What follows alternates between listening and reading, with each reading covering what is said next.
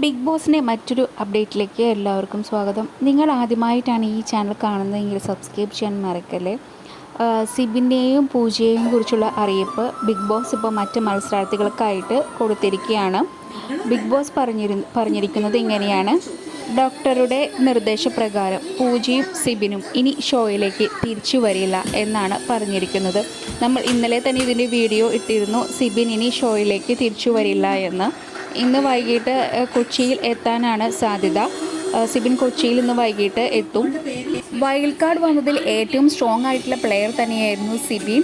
അതായത് കപ്പ് കൊണ്ടുപോകാൻ വരെ കഴിവുള്ള വ്യക്തിയായിരുന്നു സിബിൻ. ഇമോഷണലി സ്റ്റേബിൾ അല്ല, മാനസികമായി തകർന്ന് സിബിന് ഇനി ഷോയിൽ കണ്ടിന്യൂ ചെയ്യാൻ പറ്റില്ല എന്നൊരു സ്ഥിതിയിലേക്ക് എത്തിയപ്പോഴാണ് ഷോയിൽ നിന്ന് ഇപ്പോൾ ക്വിറ്റ് ചെയ്ത് പോയിരിക്കുന്നത്. പൂജയ്ക്കും ഫിസിക്കലായിട്ട് അന്ന് ഡിസ്കിൻ്റെ കംപ്ലൈൻ്റൊക്കെ വന്നല്ലോ.